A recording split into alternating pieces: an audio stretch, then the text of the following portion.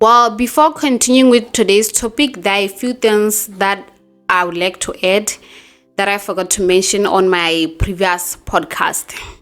So, number one, you gotta make sure that you stay away from junk information or just stay away from social media networks. For instance, Facebook. There are a lot of negativities about pregnancies, about deliveries on Facebook that if you find yourself exposed to them, one, you're going to feel very uncomfortable, and two, your mind won't be at ease because it will affect you. Those experiences that people had, they're going to affect you, your mind, your well-being. And differ from one person to yes, it does. Experience differs from one person to another. It doesn't necessarily mean what happened to that person. Maybe they had a horrible C-section. It'll happen to you. So make sure that you stay away from anything that might defile your thoughts, anything that might make you to feel afraid or not confident about pregnancy. And then the other thing is eat. A lot of, or let me say, majority of pregnant ladies, they sometimes deny themselves food. I mean, man, if it's that stage of cravings, you gotta make sure that you eat because you don't want to find yourself at some point having no energy, feeling dizzy because you didn't eat. Claiming that your baby is going to be too big, and I don't want to deal with that. I about the C-section and all that. Trust me, you need energy. Just eat. I had a great high appetite when I was pregnant, and I made sure that whatever that my hands finds, I eat it.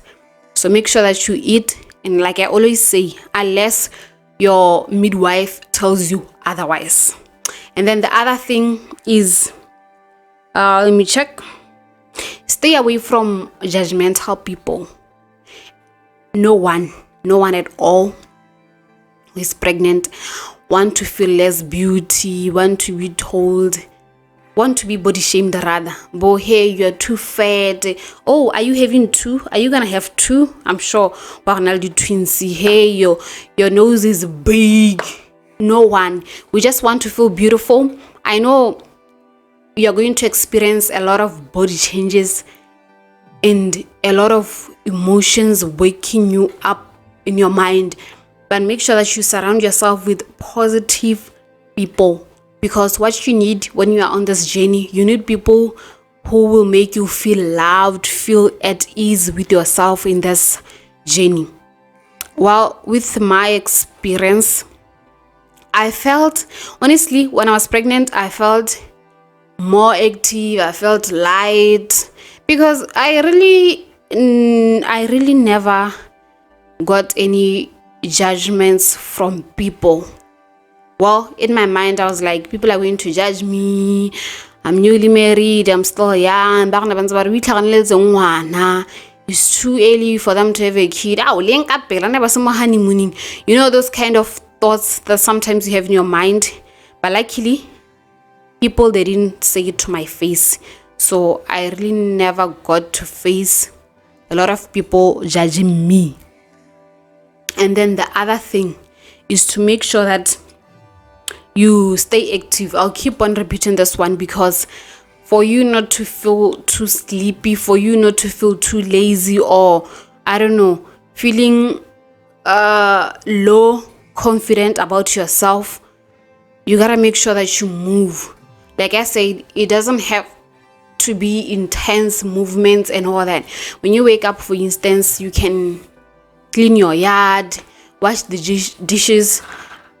And I would say the other thing that I love about my pregnancy journey is that I was super active. My husband would always say, "Hela, baby, are you not tired by Biggie?" I would go from like cleaning everything at the kitchen to mopping the tile, cleaning outside. So I was super active because I believed that me being super active, it will help me not to be too tense or my body movements to be flexible, because ga go tlhokahala gore ke nne like a bit active at the delivery room. The muscles. Which muscles? The muscles. Yes, he's right. The muscles. I gotta make sure that I exercise them. I make them to be at a point whereby they are used to being at a movement level. So that is all that I had to add from the previous podcast. So going on or moving on to today's podcast, I would like to share with you what are the things that you need to have for your hospital bag and your baby's hospital bag and preparing for labor. So I'm going to list some few items that you need. I believe those things that are necessity items. They are not fantasy items that I saw from Pinterest and I'm just dreaming of having them. Like that real things that you need, that you're going to need in your baby. So I'm going to go through the list very quickly. So for you gotta make sure that you have an outfit to go home in. Obviously, how's a good clinicing outfit to buy brand new clothes, so straightforward to that.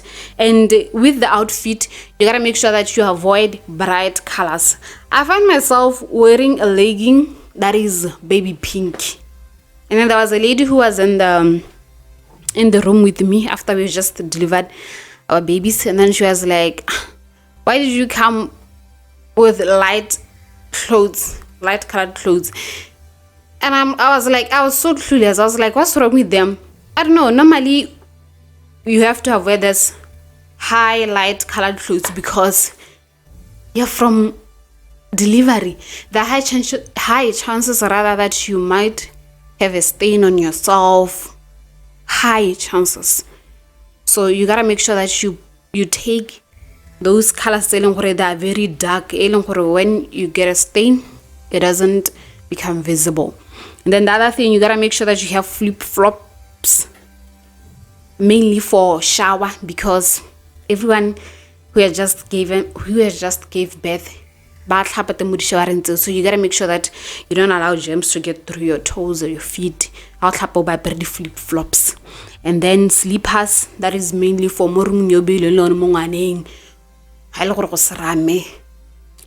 then the other thing is maternity pads, which I bought Nako Force, Dr. Wise brand, but those ones you have to change every after hour.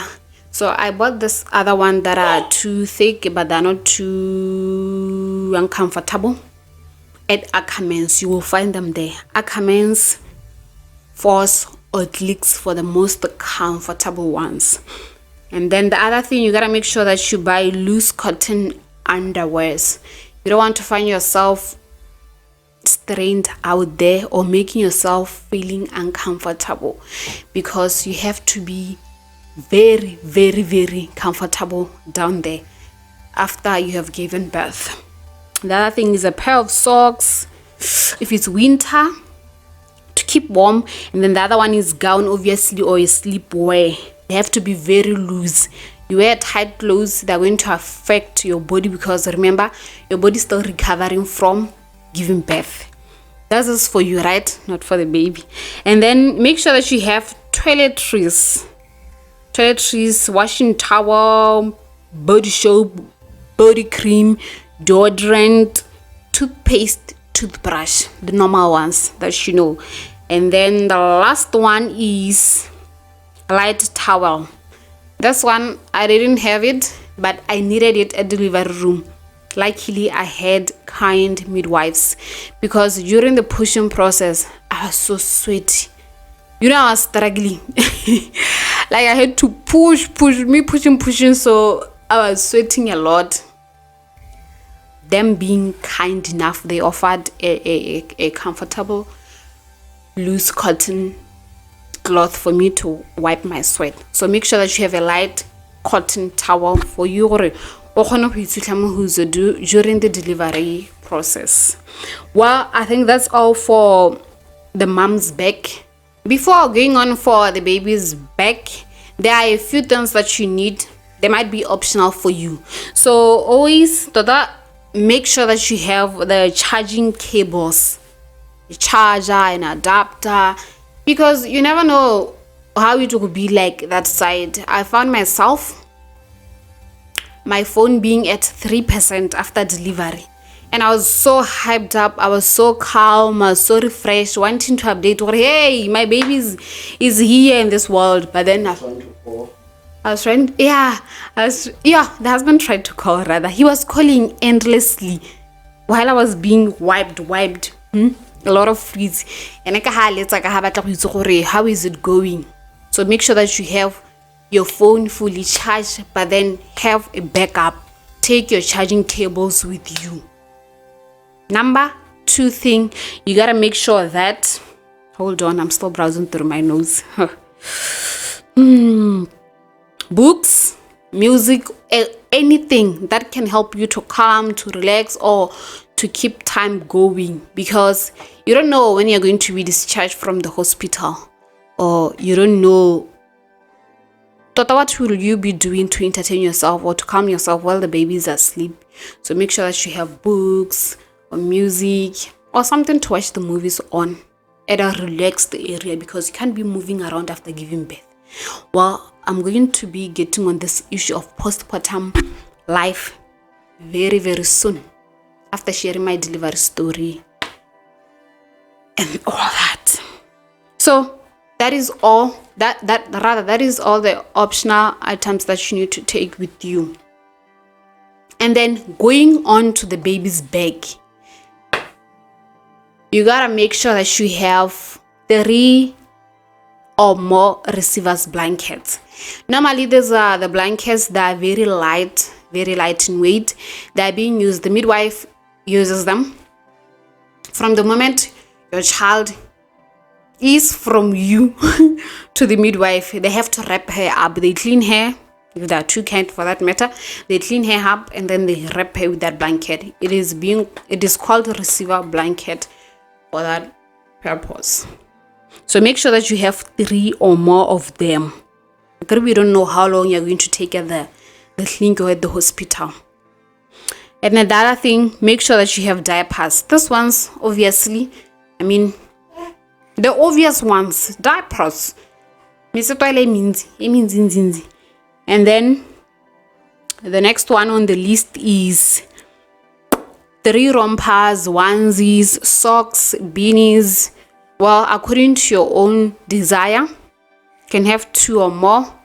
Like I said, I don't know how long you're going to last at the clinic or hospital. Your baby might come early, and that will lead to you spending more time or more days at the hospital. So make sure that you have enough on the baby's bag. And then a medium blanket and a large blanket obviously will be needed. If it's winter, you gotta make sure that you have extras so that the child won't catch a cold. And then those are a few things that I wanted to share with you for your bag and your baby's bag. Now, moving on to preparing for labor. The number 1 thing, make sure that you have your ID card with you. Obviously, that is needed. Those midwives, they need to know who you are and all that. I get. And then the number 2 thing, pray for safe delivery. The moment the labor pains hit or they start, make sure that you say a prayer. My God, I ask you, let there be safe delivery. 3 days. Sorry, I go tshosa, but gona go 3 days. Ditlhabi di gona go tsena hela for 2 days. I don't know because I came, but pray for your delivery, guys. And then eat, because you're going to need energy. I'm speaking this from experience. They had to put 2 trips on me. The first one, zoom, the second one, zoom, push, because I had no energy. When I got home from the clinic, the day the labor pain started, I was having tea and bread, and then immediately the labor pain started like gay, and I couldn't eat. So I regretted not eating in the morning, only to eat in the afternoon. So make sure that you eat solid food so that the other thing, is to make sure that you choose early your ideal hospital or clinic. Okay, with us in Botswana, I know our main hospital, that is Marina Clinic. There, I've heard a lot of stories. There's a lot going on there. Mo delivery room, hygiene not being observed.